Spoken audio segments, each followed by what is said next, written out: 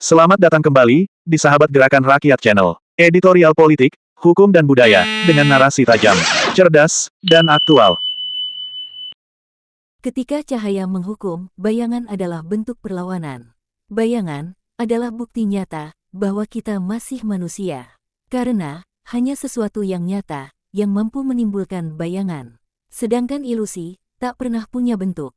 Jika cahaya bisa menipu, maka bayanganlah yang justru menyelamatkan. Jika terang bisa menghukum, maka gelap memberi ruang bagi jiwa untuk tetap bernapas. Kali ini, kita akan menyelami paradoks kehidupan modern. Ketika cahaya tak lagi memuliakan, melainkan menghakimi. Dan bayangan, bukan lagi aib, melainkan tanda kejujuran. Mari kita renungkan bersama. Dan bila narasi ini menyentuh batin Anda, jangan lupa untuk like, bagikan, tulis komentar, dan subscribe. Karena dalam setiap interaksi kecil, ada cahaya baru yang lahir, dan mungkin bayangan baru yang harus kita hadapi bersama.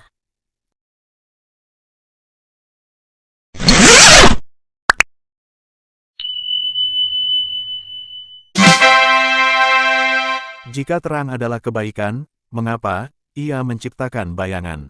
Saudaraku, sejak lama, cahaya kita puja sebagai simbol kebaikan. Ia hadir dalam kitab suci sebagai wahyu, dalam sains sebagai pengetahuan, dalam kebudayaan sebagai pencerahan. Kita diajarkan untuk berjalan ke arah cahaya, menjauhi kegelapan, menolak bayangan. Namun, mari kita bertanya dengan jujur. Benarkah cahaya selalu murni? Benarkah terang selalu membebaskan? Michel Foucault, filsuf yang tajam melihat wajah kekuasaan, pernah memperingatkan. Di mana ada cahaya, di situ ada pengawasan.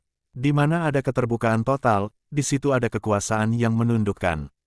Artinya, bahwa terang bisa menjadi jerat, bahwa sinar bisa dipakai untuk mengawasi, bahwa transparansi bisa menjadi penjara yang halus. Lihatlah dunia kita hari ini. Media sosial memaksa kita untuk tampil sempurna di bawah sorotan. Kamera memantau setiap gerak. Data kita dikumpulkan oleh algoritma yang lebih tahu tentang diri kita daripada kita sendiri. Kita dipaksa hidup di bawah cahaya, selalu terlihat, selalu dinilai, selalu diukur. Tapi, apakah manusia bisa hidup tanpa rahasia, tanpa bayangan, tanpa ruang gelap, tempat jiwa bisa beristirahat? Albert Camus menulis, satu-satunya cara melawan absurditas adalah dengan tetap menjadi manusia. Dan menjadi manusia berarti menolak standar palsu. Menolak untuk selalu tampak benar, selalu tampak kuat, selalu tampak bahagia. Jika kejujuran melahirkan bayangan, maka biarlah. Lebih baik hidup dengan bayangan daripada hidup dalam cahaya yang menipu. Jean-Paul Sartre menambahkan, manusia dikutuk untuk bebas. Kebebasan bukanlah hadiah manis. Ia adalah kutukan, karena setiap pilihan yang kita buat menimbulkan konsekuensi. Setiap langkah akan meninggalkan bayangan. Tetapi, justru, disitulah harga diri manusia. Berani memilih, berani menanggung akibat, berani memiliki bayangan. Simone de Beauvoir, dalam perjuangannya untuk kebebasan perempuan, menulis, tak seorang pun dilahirkan menjadi bayangan. Tetapi, sistem membuat banyak orang hanya hidup di belakang cahaya orang lain. Berapa banyak orang hari ini yang hidup hanya sebagai siluet? Berapa banyak yang identitasnya ditelan oleh cahaya palsu milik mereka yang berkuasa? Dan Hannah Arendt menegaskan, asal muasal kegelapan adalah penolakan untuk berpikir. Artinya, hidup tanpa refleksi adalah hidup yang benar-benar gelap meski diselimuti cahaya. Maka, beranilah berpikir, karena berpikir seringkali membuat kita berbeda. Dan perbedaan itulah yang menimbulkan bayangan. Saudaraku, inilah paradoks zaman kita.